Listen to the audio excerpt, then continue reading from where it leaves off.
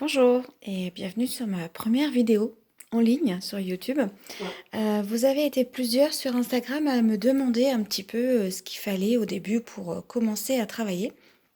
Donc voilà, je vous fais une petite vidéo, ça durera pas très longtemps et j'en ferai une toutes les semaines. Je vais essayer d'en faire une toutes les semaines avec des petits trucs et astuces, des petits tutos, enfin. Donc première chose, hein, bien sûr, chose toute bête pour démarrer, il vous faut une machine. Alors bon bah voilà, moi j'ai celle-là. J'avais une autre un peu plus perfectionnée avant et en fait je m'en servais pas énormément. Donc une machine déjà. Il vous faut des ciseaux. Donc moi j'en ai, voilà, hop là, j'ai deux sortes. J'ai des grandes et des plus petites. Donc la grande pour couper le tissu, la plus petite souvent elle est près de la machine pour justement couper mes petits fils. Bien que souvent sur le côté de votre machine, vous avez un coupe-fil. Donc voilà, la machine, les ciseaux. Là, je me lève. Là, vous avez. Donc il vous faut des épingles. Voilà. Alors moi, je préfère avec les têtes, ça fait moins mal. Les aiguilles, c'est bien d'en avoir. De toute façon, on fera un petit tuto en ligne pour fermer à la main. Voilà. Ensuite, pour le traçage, moi, je n'utilise plus la craie. J'utilise le stylo friction. Alors, il va peut-être être à l'envers. Voilà, celui-là. Qui part au fer à repasser. C'est vraiment très pratique. Une règle.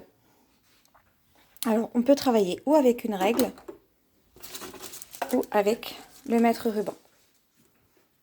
Moi, personnellement, pour les petites coutures, je veux dire les créations que vous voyez sur mon Insta, je travaille avec la règle.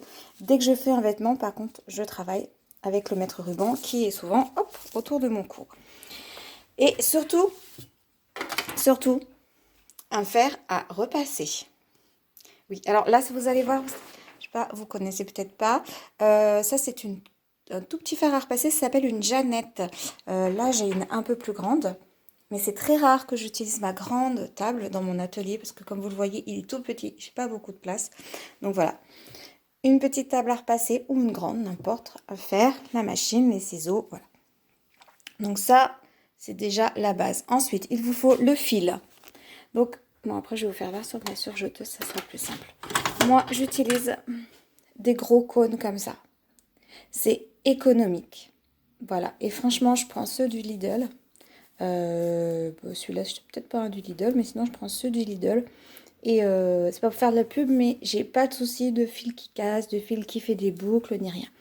J'utilise un porte-cône, mais vous pouvez tout aussi bien donc enlever la bobine, la mettre dans un grand verre et le fil continuera de se dérouler. Ça, je vous ferai un petit tuto aussi pour vous expliquer.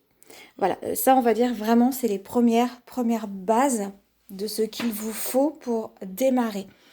Après voilà, il y en a des choses, hein. Il y en a plein.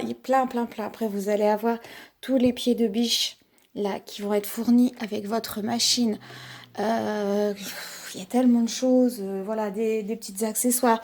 La pince pression, on en reparlera une autre fois. Le petit rouleau. C'est pas celui-là. Celui-là, c'est pour retourner les... Je sais même pas. Voilà, le petit rouleau. Désolée, hein, c'est la première vidéo. Le petit rouleau traceur pour quand vous allez faire des patronages. Donc, voilà, les règles arrondies pour quand vous faites des patrons. Voilà, enfin, il existe, il y a tellement de choses que... Ah oui, l'indispensable aussi. Attendez. Vous allez me dire, mais qu'est-ce que ça vient faire en couture? Un pinceau. Un pinceau pour tout simplement de temps en temps ouvrir votre machine, enlever la canette et aller nettoyer toutes les boulouches qui sont à l'intérieur.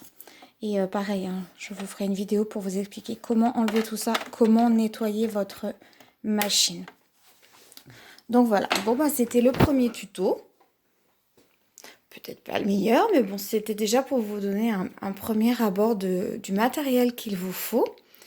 Et je pense que je vous referai des tutos, mais quand mon atelier sera refait.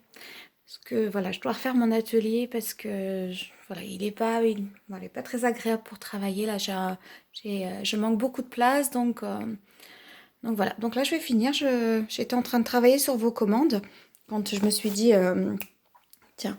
Ah oui, après vous avez petite dernière chose. C'est vraiment un petit détail.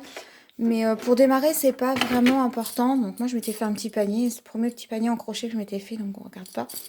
Les petites pinces crabes. Tac, tac, tac.